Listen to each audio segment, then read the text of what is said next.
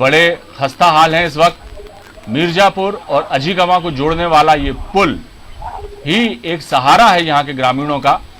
बीच में जो सई नदी बहती है उसे पार करने के लिए इसी पुल का सहारा। ये पुल भी आज 15 साल पहले यहाँ के ग्रामीणों ने चंदा करके बनवाया था, क्योंकि सरकार का तो इनकी तरफ कोई ध्यान है नहीं। और इस पुल को देखकर अंदाज़ा लगाया जा सकता है कि जब ये पुल उनको ग्रामीणों को खुद बनाना पड़ा तो किस तरह से सरकारी योजनाएं वहाँ पहुँच रही होंगी, सरकारी योजनाओं का कितना लाभ यहाँ के लोगों को मिल रहा होगा, इस पुल को देखकर अंदाज़ा लगाया जा सकता है। एक पुलिया का निर्माण इस नदी पर नहीं हो पाया, एक छोटे से पुल का निर्माण नहीं हो पाया इतने सालों में, तो सरकारी योजनाओं का लाभ कैसे मिल पाता होगा यहाँ के लोगों को, ये सोचने वाली बात है। और सबसे बड़ी बात यह है कि जैसा यहाँ के लोग बता रहे थे कि जो मौजूदा सांसद हैं यहाँ के साक्षी महाराज, जब चुनाव का वक्त आता है तो जनप्रतिनिधि वोट मांगने के लिए जाते हैं, 5 साल में एक बार ही सही, उसके बाद भले ही वो पीछे ना देखें, लेकिन जब चुनाव का मौका आता है तो जनप्रतिनिधि जरूर जाते हैं अपनी बात रखने, वोट मांगने। लेकिन विडंबना देखिए कि इस गांव में सांसद महोदय, जो मौजूदा सांसद हैं साक्षी महाराज, वोट मांगने भी नहीं आए। यानी ये जरूरत भी उन्होंने नहीं समझी कि चलिए वोट मांगने के लिए ही इस गांव का नजारा कर लेते, वो भी नहीं कर पाए। अंकित सिंह परिहार हैं, कांग्रेस नेता हैं, वो हमारे साथ फोन लाइन पर जुड़े हुए हैं। अंकित जी, आपका बहुत स्वागत हमारे कार्यक्रम में।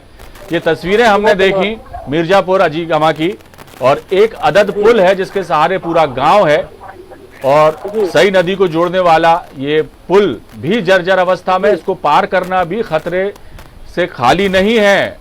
अंकित जी, क्या वजह है कि यहाँ के लोग जो हमेशा जनप्रतिनिधियों की बातों में आ जाते हैं, वोट देते हैं, और हिम्मत नहीं कर पाते उसके बावजूद भी आप लोगों से ये कह पाने की कि हमारी इस समस्या को देखिए, हम किस मुसीबत में जी रहे हैं, किन मुसीबतों का सामना कर रहे हैं, इस समस्या से हमें निजात दिलाई जाए। क्या वजह है अंकित जी कि इनकी समस्या का समाधान आज तक नहीं हो पाया? 15,000 की आबादी है इस गांव की।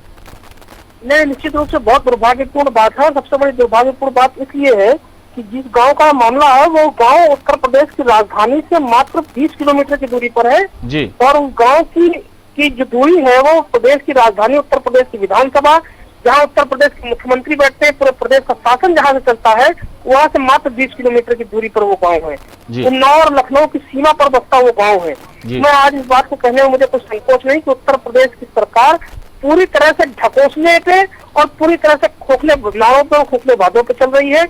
इस सरकार की जमीनी हकीकत आज जो पुल अपने टीवी स्क्रीन पे दिखा रहे हैं, जो चित्र आज आपके साथ माध्यम से दर्शक देख रहे हैं, वो उस परिचायक उत्तर प्रदेश की सरकार जिस तरह से चल रही है आज, उसका सबसे बड़ा परिचायक आज आपकी स्क्रीन पे दिख रहा है। ये लकड़ी का पुल नहीं है अंकित जी, ये लकड़ी का पुल नहीं है, ये कमजोर सरकार की तस्वीर है उत्तर प्रदेश की। अंकित जी, एक बात मैं आपसे पूछना चाहूंगा, दोषारोपण करना तो बड़ा आसान हो जाता है कि आप विपक्ष में हैं और सत्ता पक्ष पे आरोप लगाना बड़ा आसान हो जाता है। मैं दूसरी बात कर रहा हूं। मेरा ये कहना है, अभी यहाँ हमारे कुछ ग्रामीणों से हमने चर्चा की तो उनका कहना यही था, हमने जब उनसे पूछा कि भाई जब कोई जनप्रतिनिधि वोट मांगने आते हैं तब तो आप लोग वोट उनको दे देते हैं, उसके बाद कभी उनके पास क्यों नहीं जाते और ये समस्या लेकर के हमारे गाँव में पुल नहीं है, लकड़ी के पुल से हमें रास्ता तय करना पड़ता है। तो उनका ये कहना था कि हिम्मत नहीं जुटा पाते, बड़े भोले भाले हैं यहाँ के ग्रामीण, उनकी हिम्मत नहीं होती अपने विधायक से, अपने सांसद से ये कह पाने की कि हमारी समस्या का निदान करिए। ऐसे में आप लोगों का विपक्ष के नाते अंकित जी, आपका कर्तव्य नहीं बनता कि उनका नेतृत्व आप लोग करें, आप अपनी अगुवाई में उनको लेकर जाएं और उनकी बात शासन से, प्रशासन से, स्थानीय विधायक से, सांसद से कर सकें, ताकि उन्हें इस जी मैं आपको इस बात का, आपके चैनल के मंच के माध्यम से इस बात का पूरा आपको मैं वादा कर सकता हूँ और मैं पूरी आश्वस्ति के भाव से आपसे कह सकता हूँ कि इन ग्रामीणों की कोई भी समस्या हो, किसी भी क्षेत्र के किसी भी ग्रामीण, यदि वो अपनी बात नहीं कह पाते तो आप तो कह सकते हैं उनकी बात जाकर। जी बिल्कुल, वही ना कह रहा हूँ। अगर मेरे संज्ञान में इस प्रकार की कोई भी समस्या आती है तो आपने एक जो है रेखांकित करके एक मुद्दा बताया है, लेकिन किसी भी तरह की कोई समस्या आती है तो मैं उससे सबसे आगे रहकर आगे लोगों की आवाज उठाने का काम करता हूँ और तमाम ऐसे उदाहरण हैं। दूसरी बात जरूर कहना चाहूंगा कि जब आपराधिक प्रवृत्ति के लोग जी। जनप्रतिनिधि बनकर उत्तर प्रदेश की विधानसभा में और देश की लोकसभा में सबसे बड़ी पंचायतों में बैठने लगे हैं, तो निश्चित रूप से ये कथन जो ग्रामीणों का है, उनका कहना कि मुझे जनप्रतिनिधियों से कहने की हिम्मत नहीं होती है, ये आज के वर्तमान प्रतिनिधियों की जो सही दशा है उसका आप उदाहरण प्रस्तुत कर रहे हैं। आप समझिए कि क्या स्थिति है, भारतीय जनता पार्टी की जनप्रतिनिधियों की स्थिति क्या है।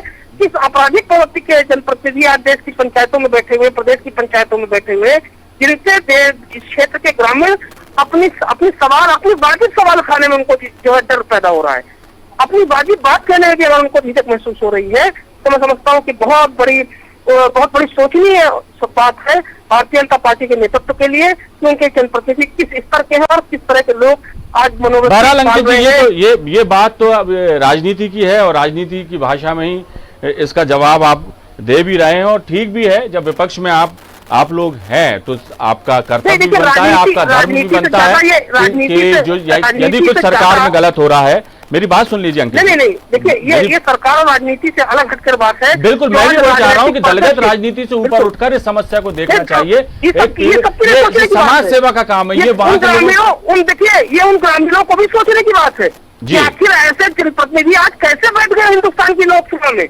आज ऐसे जनप्रतिनिधि कैसे उत्तर प्रदेश की विधानसभा बैठे। अंकित जी वही बात मैं भी कह रहा हूँ, मैं भी वही बात कह रहा हूँ। आप मेरी बात तो सुनिए। ये आपको भी और इन ग्रामीणों को भी, देश के मतदाताओं को भी, समाज के जिम्मेदार वर्ग के लोगों को भी सोचने की आवश्यकता है। अंकित जी वही बात मैं भी कह रहा हूँ, मेरा भी कहना वही है कि दलगत राजनीति से ऊपर उठकर लोगों को देखना चाहिए, आपको भी देखना चाहिए। और जो सिटिंग एमएलए हैं, जो सांसद हैं, वहाँ के जो जनप्रतिनिधि हैं, जो जीत कर यहाँ से गए हैं, वोट मांगने जब आए थे और उनको यहाँ की जनता ने वोट देकर जिताया है, उन्हें सोचना चाहिए कि उनका कर्तव्य क्या है, उनकी जिम्मेदारी क्या है। और यदि वो जिम्मेदारी का पालन नहीं कर पाते हैं तो विपक्षी होने के नाते अंकित जी आप लोगों का कर्तव्य बनता है कि आप यहाँ के लोगों की अगुवाई करके यदि वो अपनी बात नहीं रख सकते तो आप इनके बिहाफ में अपनी बात वहां पर पहुंचाएं। मैं आपके मंच के माध्यम से इनको सबको आश्वस्ति दे रहा हूँ कि जहाँ जैसे जिस तरह से तो मेरी आवश्यकता समझे, तन मन धन से मुझे कहीं भी उनको प्रयोग करना चाहे, मैं उनके साथ खड़ा हूँ, जहाँ भी आवश्यकता लगेगी। जैसा आप सोच रहे हैं वैसे यहाँ के बाकी जिम्मेदार भी सोचें और अपनी जवाबदारी समझें, ताकि मेरी पहचान संघर्ष की राजनीति के रूप में है। मैं जेल जाने से डरा हूँ, मैं पुलिस की लाठियां खाने से पीछे रहा हूँ जी। तो ऐसी स्थिति में जब भी आवश्यकता पड़ेगी तो चाहे इसके लिए जेल जाना पड़े वो भी अब मंजूर है, और चाहे पुलिस की लाठियां खानी पड़े, तमाम। बिल्कुल अंकित जी, जरूरी है ये, क्योंकि राजनीति तो अपनी जगह है, वो एक प्रोफेशन है, या वो जो कुछ भी आप लोग समझते हो तो वो आप उस तरह से करिए। लेकिन जहाँ जन समस्याएं हैं, जनता के दुख दर्द की बात है, उनकी सुविधाओं की बात है, तो आगे उठकर आना चाहिए। दलगत राजनीति से ऊपर उठकर हमें सोचना चाहिए। और ये समस्या इतनी बड़ी है, आप खुद जाके नजारा करिएगा मिर्जापुर अजीगवा, आप खुद देखेंगे कि हालात कितने विषम हैं और किन विषम परिस्थितियों में वहां के लोग जी रहे हैं। बहुत बहुत शुक्रिया अंकित जी आप हमसे चर्चा के लिए। हल्ला बोल की इस खास पेशकश में फिलहाल इतना ही। न्यूज वर्ल्ड में खबरों का सिलसिला जारी रहेगा। फिलहाल दीजिए इजाजत, नमस्कार।